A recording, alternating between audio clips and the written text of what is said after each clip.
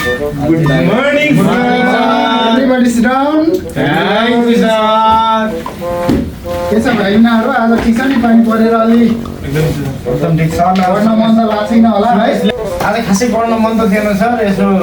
छुट्टीलाई सुल्किरा मुक्त सुन्दर के सुनाए रमाइलो पनि शनिबार छ अलिकति होइन आज पहिला विषय वस्तु अनुसार थोरै टपिकमा जाऊँ अनि त्यसपछि चाहिँ चुटकिला सुनाउँला नि त होइन एदेखि बीसम्म भोग्न पठाएको थिएँ होइन मैले हजुर सर भोगेर आउनु भएको छ त आउनु भएको छ अलिअलि ल म तपाईँहरूलाई चाहिँ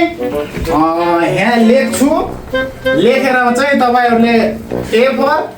यस्तो हो बी फर यस्तो हो भनेर भन्नुपर्ने छ है मैले चाहिँ हिजो भोग्न पठाएको एदेखि जेडसम्म हो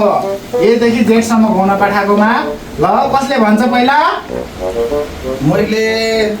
ल उठेर भनिदेऊ ल ए फर के हुन्छ ए फर एप्पल तिमी उठा ल भाइ तिमी उठा ल तिमी भन त ए फर के हुन्छ सर ए फर आलु sir B for good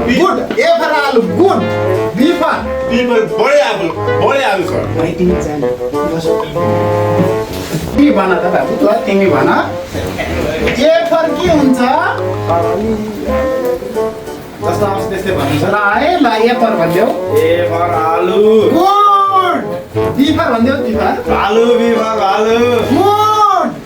C for भनिदेऊ ल सी फर सालु गुड डी फर डालु गुड ई फर आलु सानो आलु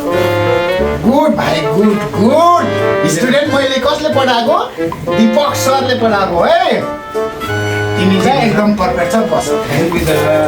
अब जुन अब हाम्रो दुईजना साथीभाइहरूलाई राम्रोसँग पढाउनु पर्ने भयो ल सबैले म ए फर भन्छु तिमीहरू चाहिँ के भन भने चाहिँ मैसँग भन ल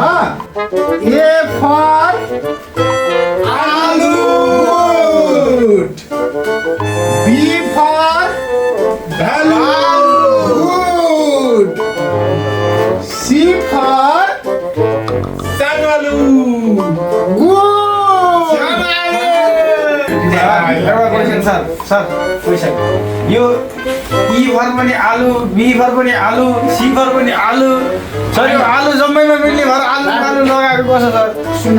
यो आइए भनेको पाइने आलु यो ईबाट नै आलु भन्ने भयो नि केमा पाइन्छ यो जेठा मासमा पाइन्छ यो चाहिँ डी भनेको यो आलु र यो आलु मिक्स भएर डी आलु भएको यो बिना सिजनमा फल्ने आलु होइन सीजनमा यो एउटा लगायो भने दुई तीनवटा बिना सिजनमा फल्ने आलुलाई डी आलु भन्दो रहेछ सर होइन एउटा झाङमा पाँचवटा पर्ने आलुलाई डी आलु भन्छ अनि सर सुन्नु सर ई भने कस्तो हाल्नु सर यी भनेको कुन महिनामा फल्छ यी भनेको यो जेठा मासमा पर्ने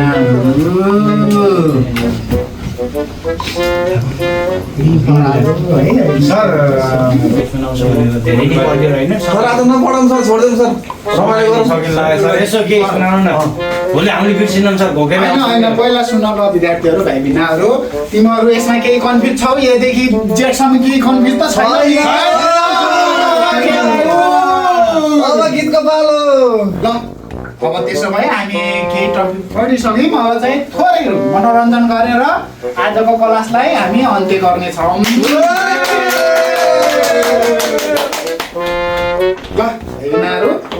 मैले चाहिँ के सुनाउँ त तिमीहरूलाई ल समाचार देखाइदिनु न सर एउटा गीत के सुनाऊँ ल हैन सर हाम्रो चाहिँ एकादशको कहानी सुनाउनु न सर एउटा कहानी त मैले जानेको छु अरू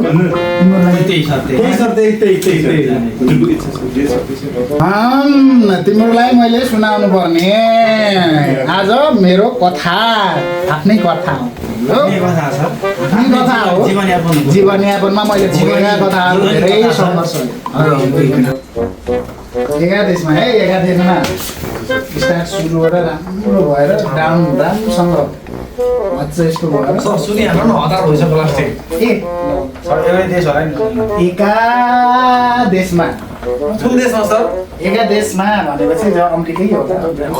नेपाल होइन म त नेपालको के भन्नु भूत थियो रे भूत भूत ए भूत त्यसले मान्छे त खान नै खोज्छ भुतले सधैँ रङ दिन्थ्यो सर हामीलाई त होइन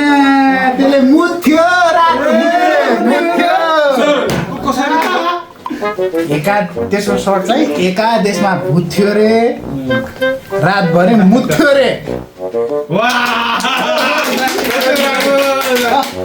आजको मेरो कथा चाहिँ यति सक्यो एकादेशमा भुत्थ्यो रे रातभरि मुथ्यो रे दामी दामी दामी ताली आजको टपिक सक्यो एकादेशमा एउटा स्याल थियो त्यसले नि सधैँ मुथ्यो भन्ने त्यो नेक्स्ट टाइम भोलि सुनाउँछु आज पानी पनि परेको छ भाइ बिनाहरू ल